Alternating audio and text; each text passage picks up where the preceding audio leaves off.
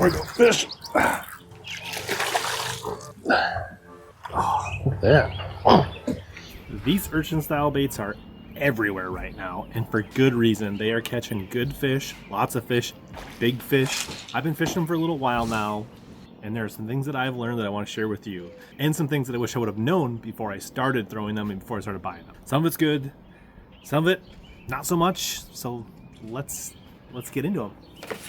Well, we're talking about the Coike, the Morning Star, the Uni, right? What draws anglers to these baits? Well, obviously seeing the results on the tournaments and we're seeing is quite attractive. Like most of you, I was pretty skeptical. I actually heard about these way back before the Grand Lake Classic that Hamner won, and I was like, that's dumb. I'm never going to fish that. But here we are, fast forward a couple years, and it's the hottest thing in bass fishing, right? Pake South dominates a couple opens that are scope events. I think it was either Toledo Bend or Sam Rayburn, and then Eufaula, Alabama. Yes. Then I could do a ride along with Caleb Hudson on day 3 of the Bassmaster Classic on the Tennessee River, and he's catching smallmouth on the 17 millimeter, pretty regular. Definitely got my juices flowing. And then just recently, right, we're thinking this is just a scope bait. Then we see Johnston dominate on Santee Cooper as long as the other half of the top 10. And then we see Alex Davis on a bait very similar to this win a non-scope NPFL event. So it's not just a scope bait. Anybody can catch them. I've caught them from shore in a pond. I've caught them out of my boat with the scope, without the scope. So I've been following these along, like watching people catch them on tournaments for 3 to 4 months and fishing them myself for a month or 2. What have I learned? What do I wish I would have known? What would have helped me not like waste baits and waste things and how to rig it and how to store it and how to fish it? What rod, reel it? I'll get all to that right now. So one of the first things I learned, right, is this. A lot of these baits have different price points. The original, regular price, $20 to $25. And actually, you could have got these at Omnia Fishing readily available for about a year or so for like 15 or 16 bucks. And now these are selling on eBay, the 17 millimeter and the full cast for 50, 100, 150, 200 bucks. But there are other options, right? You can get baits like the Morning Star for $10 or less, which I've caught plenty of fish on this. We'll get into that. So are they worth the money? I think if you're paying retail, they are definitely worth the money. You get a lot of mileage out of these baits. You can catch a lot of fish on these baits. They're more of a hard bait, durable bait than they are a soft bait if you rig them correctly, and we'll get into that. Now, if you're paying $50, $100, $150, maybe not, because a pike will eat them. I've learned that. And if you don't rig them correctly, you can have one fly off under a dock or lose it in a fish shake, but we'll teach you how to overcome that. But I think really the durability is what changed my mind about the price. I thought, who wants to spend that kind of money? But these baits are made from elastomer material, most of the good ones, right? And you can get a lot of fish out of a single bait. So let's just start. Well, what are your options? The original, the hide up, the Coike, the OG versus some of the other options out there. What do you want to call them? Knockoffs or followers in the market? Where should you spend your money? These are good baits if you can get them, but part of the problem is, right, hide up has not kept up with the demand. So it's really forced, and other companies are filling that void. Can't blame companies for taking advantage of that. I've got a whole video on this, but for the most part, from what I can tell, comparing the full cast Coike hide up, the 17 millimeter, and then the Morning Star Arsenal 20 millimeter, they're pretty much the same material. They have the same floating capabilities. I've gotten bid on both of them. I think any of them that you get like this are a good option. I have a whole other video on that if you want to break down, like I can do float tests and all that kind of stuff, and I'll link that down in the description if you want to check that out. It'll be in the playlist. So honestly, there's some unique sizes. The full cast is a little bigger. There's some other companies coming out with bigger sizes too. But if you're okay with this 19 to 20 millimeter, these are a really good option. Obviously, certain companies have certain colors and certain sizes, but there's a lot of good options to do there, and they all seem to catch fish, and they're all pretty durable if you rig them correctly. So how do you fish these things? That's the thing that probably really surprised me at first. When I first saw this bait, I thought it was going to be like a slow-moving bait, a finesse rig, right? Like drop shot, jig rig, free rig, that kind of stuff. And I think we may still more that, but the current, meta or most popular way to fish these, especially in the pre-spawn, the spring, early summer right now, is to basically power fish it like a soft jerk bait, wacky rig on steroids, like throw it out count it down halfway through the with a lightweight and like snap it through the water, right? And that's how I've had my best success. That's how I saw Caleb Hudson catch him in the Classic. Smallmouth. I think that's how we saw Fisher Anaya fishing the smaller ones when he won on Lake Martin. Pake South largely was fishing his baits that way. That's how we saw Johnson. On and on. That seems to be the reaction power fishing bait. Now, as we get into the year, will we see different things? Maybe.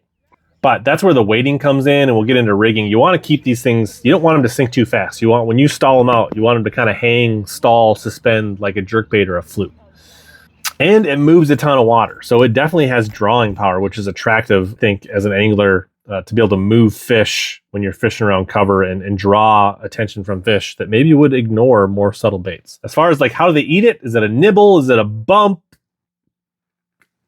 Honestly, my experience is they smoke it. They're either going to follow it and not eat it, or they're going to come up and engulf it, and they're going to have the whole thing in their mouth or back in their crushers. Like that's my experience. Maybe we'll see that shift throughout the year, different times, but like the bite is pretty convincing. You don't always feel them hit it. A lot of times they just load up when you go to snap it, kind of like a jerkbait. Pretty aggressive bite, and it is a fun bite. So really, is it the profile? Is it the action? It's just something they've never seen before. Does it look like a little baby amoeba thing that they ate when they were small bass, and it's programmed genetically for them to eat little larva bug things? I don't know. But I guess the why doesn't matter as long as the result is that they're working. So let's talk about rigging mistakes. What did I mess up on early? Early on, I was trying to fish these things, especially the 17 millimeters, on like a 1/0 Ryugi single hook. And the first like 3 fish that I had bite, I missed. Loaded up on, they jumped off. So I think what we saw there is when you got a single hook, if it's not a really big hook, all these little tentacles are potential hook guards. Like the chances of one of these bending over and interfering with your hookup is reasonably high. So that led me to the treble. Now, I'm not saying there isn't a single hook option out there, but I kind of moved away from the single hook early on because I was losing fish. So maybe it was a combination of not a big enough single hook, too light a rod, too light a setup, but early on that didn't work. So let me show you what I've been using now. So I moved up to the 19 millimeter pretty quickly as we saw more and more tournaments having success with the bigger baits. And I went to a treble hook. And so here's the blood rust color from Arsenal with a kind of a Dobbins Neko weight, a number 2 treble here with a little bait tab. So I went to this, caught some fish on it, caught them in my pond, caught them in the boat, worked pretty well. We'll show you how to rig these up. On a Dobbins 743, worked okay, but I was fishing more open water, wasn't really targeting things. As I went to target things like docks, stumps, more heavy cover, I decided I wanted to bump up to a 4 power. So we moved to this Dobbins Sierra 734. And so I think I had 16-pound line on that setup. This one we went with 20-pound line. Here we're still fishing the 20 millimeter Arsenal Morningstar here. Went to a number 1 treble hook instead of the number 2. I definitely think you could go up to a 1/0 treble hook as well. You definitely can play around with the quads, which I've got some of those. I just haven't tried them yet. They're almost as hard to find as the actual urchins themselves. So this is what I got here. This is about in my rig where I've been catching most of my fish here. You know, heavy line, a treble hook, a number 1. I added a little split ring to give the bait a little more movement, freedom, kind of like a ringed EWG on a flippin'. I don't know if that matters. We've got a 3/32 ounce Neko weight. It's a Frico rig. It's a little bit different than the one I just showed you. They're both working here. This one's got a unique feature that I can hook through the weight. And then I'm adding this little bait tab, which I don't know if you can see that, to that treble, which ensures that you're not going to throw this bait. I did rig this without the bait tab. You can have success without the bait tab, but to really maximize not losing the bait, I think that's key. And there's some different options. I'll show you what I'm using here. We'll rig one up live, and then you can kind of see for yourself. I'll show you some tips here. But you really got to consider you know what weight in general. You want to be lighter on the weight, but you got to consider how much does that split ring weigh? Are you using a number 1, number 2, a regular gauge treble, a heavy gauge treble, a quad treble? How heavy is your treble hook? What kind of leak weight? Like all those things play into like the full system. But in general, you want it to be a pretty slow sink and then hover when you stall it and then be able to snap it and get that reaction bite, right? So let's grab one. And there's a lot of different options for storage. We'll probably do a whole nother video on storage of these baits. But I'm gonna grab We're mostly focused on the bigger 20 millimeters. Here's the 20 millimeter toxic pulse arsenal, which is kind of a shock, but I think this one will show really well how we're working it, or how we're rigging it. So we're gonna get this rigged up. We're gonna set some of these to the side as we go to rig this here. So what do we want first? Let's get our Neko rigs. So you can use regular Neko rigs. I think there's a few better options out here. My favorite one currently are these Frico rigs from Jewel, which, hey, they're made in the USA, which is pretty cool. We show those off right here.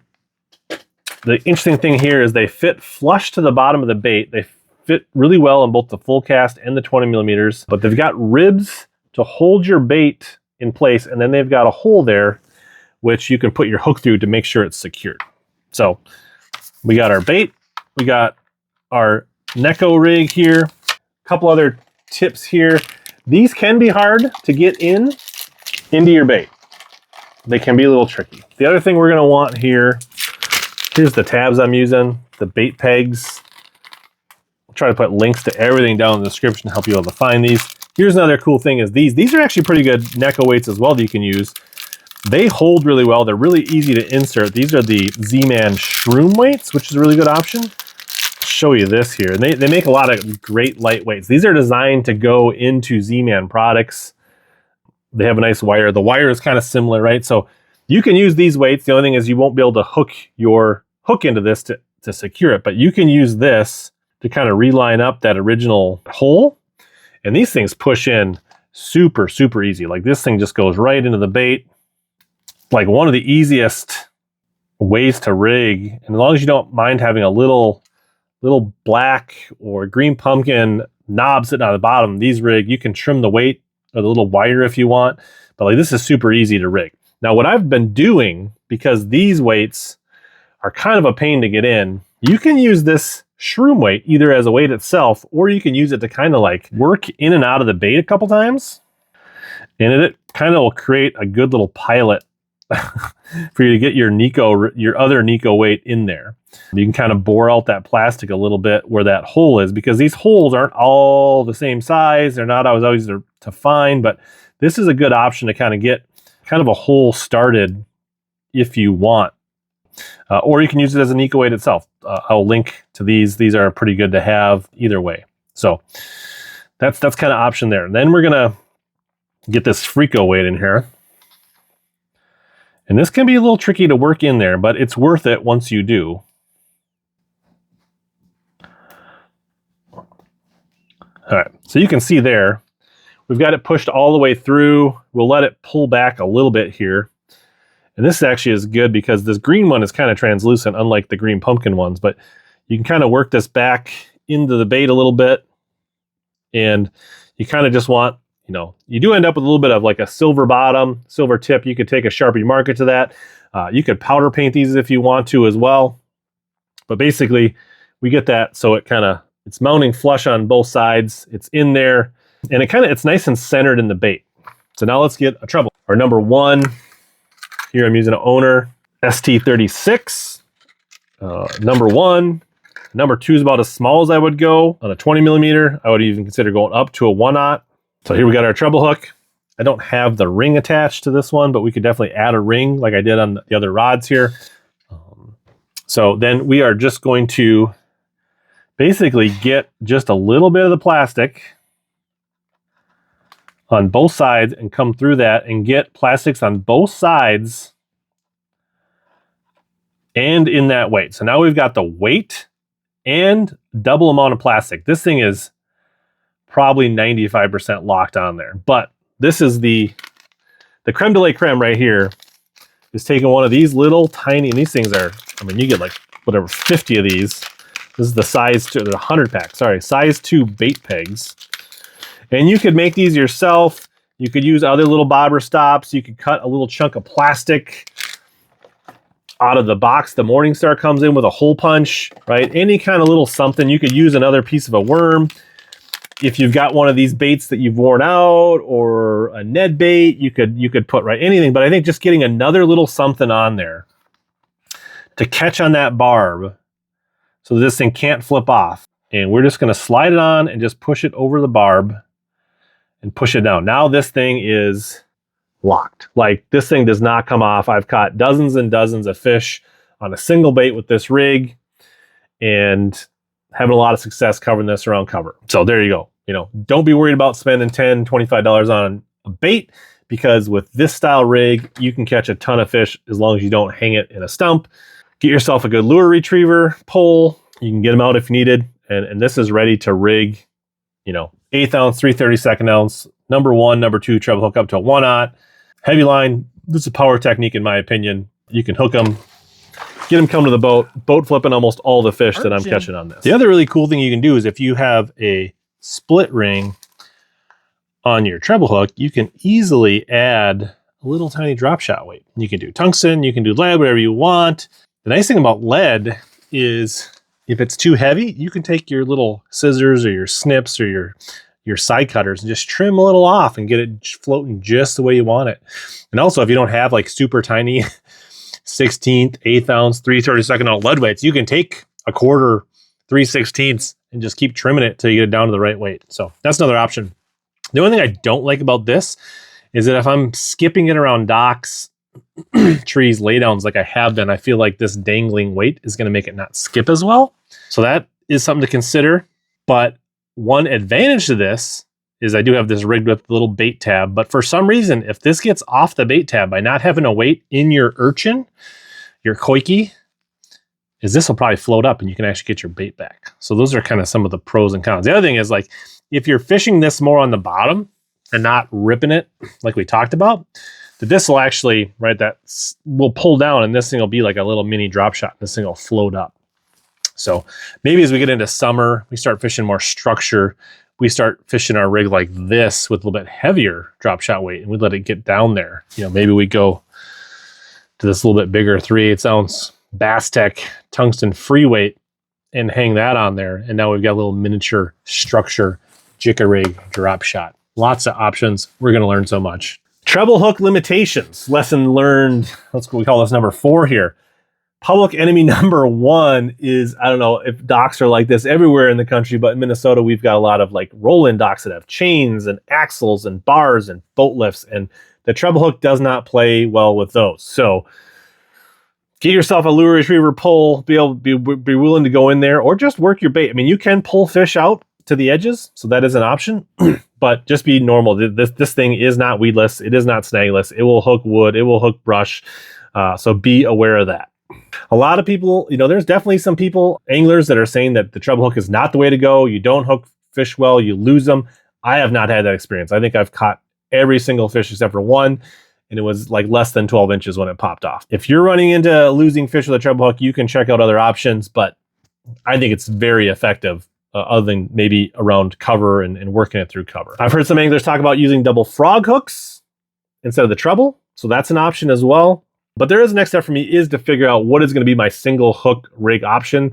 So that's going to be something, you know, this is an evolution. This is, you know, you may see another video like this from me in another month, another 2 months. What are we learning? What are we doing? New techniques, new rigging methods, but this is my current go-to right now. But for me, we will develop a single hook method that maybe is a little more friendly for heavy cover, getting under docks, but I am throwing this one in there and I'm catching plenty of fish on this rig. When do you want to use this bait? When is it worth it? Like, I found that, like, for me, isolated cover, bridge pilings, docks, stumps, brush piles, laydowns, all effective tool with or without scope. I think we'll definitely learn more as we go through this season, but you can power fish this, you can blind fish it, you can fish it on scope, but I think in a 5-fish tournament, if you're fishing for bigger than average fish, if you're in a pressured situation, I think these are all options to look at an urchin. If you're in an every fish counts tournament, if you just want to go out and catch 30, 40, 50 fish in an evening or a day with your buddies, you might be better off throwing a chatterbait or a Senko if there's that. But like, if you're looking for bigger bites and you're trying to convince pressured fish, I think this is where this can be a really good option. So if I could go back and tell myself one thing, I definitely would have started with the bigger urchins and not necessarily the smaller ones. These may have a time and a place, but I'd be going to the 20 and 20 bigger than that. I think they have more drawing power, a wider application of use. So that's where I would say. I would go 17 to 23 millimeter, and I would probably gloss over the 9 to 13 millimeter unless I'm really just smallmouth spotted bass. that type of stuff. But I think we will see places for those. So I do think these are worth the hype. I think they're going to be around for the long haul. I think I heard that, you know, it took 4 or 5 years before the fish really stopped reacting to these out in Japan. And we have so many more lakes, so many more fish. So I think this could be around for a long time. And it may not be as powerful as it is right now, but I don't think this is going away anytime soon. I'm definitely not sure that it's worth paying way over retail for these, but if you can get these things like the Arsenal Morningstar for around $10, or even get the Coikes at regular price, I think it makes a ton of sense. Add them to your arsenal. If you want to see a storage video in the future, let me know in the comments and we'll tackle that video next. Get the proper stuff to rig them, because they can be expensive if you lose them. So you take the time, rig them right, get yourself ready. I'll have links in the description down below. There will be some codes for Omnia and Arsenal Fishing if you want, which will help save you some money with all this stuff, and it helps support the channel. They're great from drawing bites from pressured fish. They're really good at getting a better than average quality and a big fish bite. But if you just want to go and catch a ton of fish, you know, maybe Senkos and jigs and other baits are a better bet. I mean, we very well may be at the beginning of this journey, and things may change as the tour goes north and we see more seasons. You know, we might see some of these smaller urchins come into play. We might see new rigging methods. We might see heavier weights. We might see more on a jig head. Right now, this is kind of the meta. Maybe we'll see different versions of this, but I think we are at the beginning of the evolution, and we're going to learn more all the time. And I encourage you to take the time, buy a few baits, spend some time, figure it out for yourself, and be part of the evolution and revolution. If you want to look at a deep dive on what you're getting with the original versus some of the come to market later options, check out this video on the screen right here. Super high float, both quivering in the water. Both of them, when you hold them out of the water, they basically don't stop moving. That's kind of like, think of them as like a